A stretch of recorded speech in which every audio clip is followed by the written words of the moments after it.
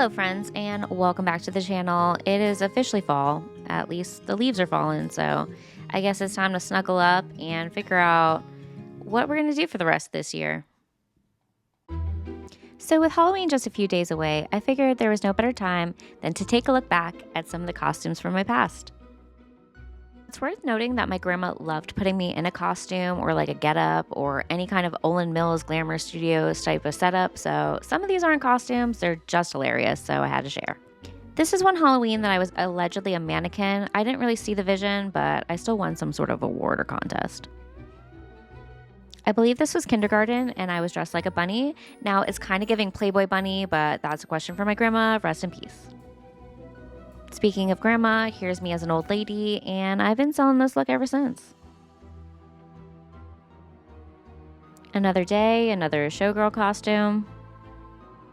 But the one costume I will remember forever was when I dressed up as the Pink Power Ranger, because I was so excited about this, and I think I got teased for like 3 years after this, because even though everybody loved Power Rangers, it was like right around that time where it wasn't cool to like them anymore. And man, I never lived that down. But again, now looking back at it as an adult, it's a sleigh. It was very authentic of a costume, and I hit those poses. And then eventually, you turn 20 and you just dress up like a slutty devil or a slutty angel or a slutty devil again. But in my 20s, I was dressing up on a Wednesday, so salute to that girly. So I hope you enjoyed this little trip down memory lane, and whatever you decide to be this year, just remember you're spending the other 364 days as yourself, so live life with no regrets and have a great and safe Halloween. Now it's time to head to the movies with our cinematic crusader. Here with another titanium take, here's our movie maven Kai. Well, hey there, everybody. It is I, your movie maven Kai. We are deep into spooky season, my friends. It's so exciting. But we also have to realize that when we get into spooky season, we're also getting into cold and flu season. I am 90% sure that I am sitting here besotted with the flu. Oh, is this an ethereal glow I see about you? No, no, my lord. It's 102 fever. You may want to keep your distance. Yes, it's terrible. I am usually the person that is like the first to get their, flu shot, their COVID boosters, all of that stuff. And I'm late doing it this year. And here we are. It's definitely not as bad as it could be. I have some colleagues who are just absolutely dying, and I am, just this side of dying. So, could be worse. But you need to take care of yourself, guys. You absolutely need to take care of yourself. So, when I say drink your water and take your meds, I mean, like, you need to always stay hydrated. You need to, take your meds, whether they're daily or as needed, and take care of yourself. Make sure that you're, in a good place, because a lot of us have, that want to help and take care of other people, regardless of how we're feeling. And we need to remember, put our own oxygen mask first. And it's really important to, have that, those moments of self-care. And a lot of times we think of self-care as only something, to think about when, we are sick or when we are feeling, lousy in one way or another. And really it's something we need to do every day, so that when we get to those points of, really, needing to take it easy, we're already used to that idea of, taking care of ourselves. So please, guys, do that.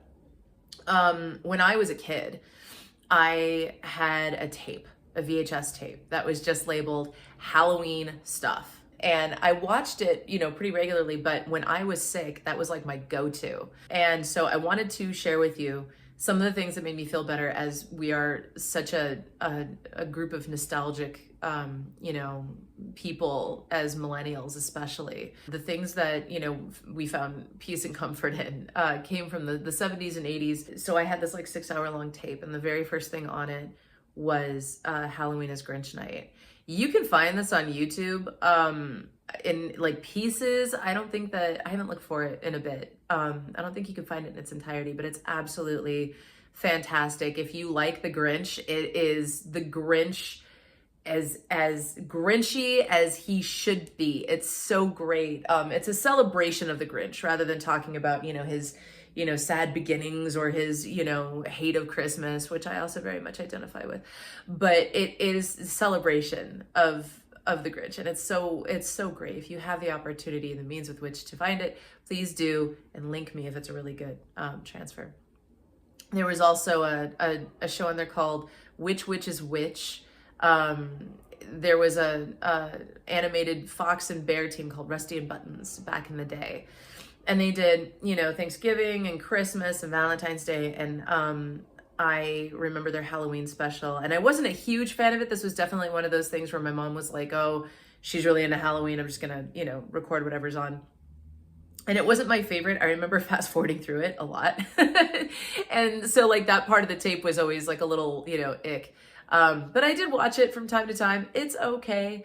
After that was Witch's Night Out, which is like when you're already kind of feverish and then you're watching a show that is kind of like a fever dream. It's definitely from the 70s, but funny and really cute. And I mean, it's weird. Find it for the weirdness. Like it's one of those that I actually really today will probably look up and just see if it's out there somewhere. Which Witch is Which and Witch's Night Out. Oh my God. And then after that we got into a little bit more of like the Usual Suspects. I had Quackbusters, which was Looney Tunes. It was like all of their, you know, most famous Halloween, Count Blood Count, Witch Hazel and Gossamer and all those guys with Bugs Bunny and everything. Absolutely fantastic little, you know, collection made into a storyline within a movie. I think that's probably the one that everyone remembers because it was on a lot. And, you know, if you watch Saturday morning cartoons, you came across those particular ones. So seeing them put together in a collection that was, you know, a full movie.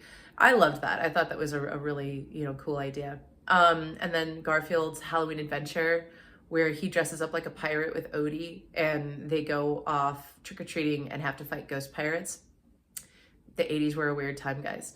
And then, of course, the quintessential, It's the Great Pumpkin, Charlie Brown, which I haven't seen in years, actually, because they took it off of, like, CBS used to run it. And I don't have cable, and I haven't in a really long time. But it was always one of those things that, you know, I knew it was there. And then Apple got a hold of it, you know, several years ago, and I didn't have Apple TV. And then, you know, the last couple of months, my absolutely fantastic and amazing and wonderful boyfriend, who has Apple TV, signed into it on all of my devices in the house. So I can now sit down and watch It's the Great Pumpkin, Charlie Brown, which is just fantastic. Along with, you know, a bunch of the other stuff that I kept saying that I wanted to watch. But mostly, you know, I just wanted to make sure I had access to that, which is fantastic. And then the last, you know, thing that was on there, and I feel like I didn't watch this very much when I was younger, but then as I got more into my teen years, and I was watching this as I, you know, was homesick from school, because it was a little bit more impactful at that point. There was a movie called Mr. Boogedy that was, I know, that was a Disney original in like 85, I want to say. And it's, you know, very corny and very silly. But it's definitely, you know, a family movie that has a, you know, a fun little, you know, moral denouement kind of thing. And it's very sweet. And, you know, you watch it and you go, oh, I love all of these actors, you know, the parents and everything. You recognize them from some of the other things. But I remember them playing it like every year when I was, you know, little. Maybe I was just watching it on this tape. But I never saw them play it as I got older. And they had like 3, I think there were like 2 sequels or something. It was Mr. Boogedy Rides Again, I want to say. And then like a Thanksgiving one, which was really weird. But I remember these. I distinctly remember these. And it didn't last the test of time, which is funny because when you got into the 90s, there were all of those movies that everyone remembers. Halloween Town and Under Wraps. Hi, Adam. And, you know, I can't even think of the names of them right now. I've got a lot of cold medication running through my veins right now.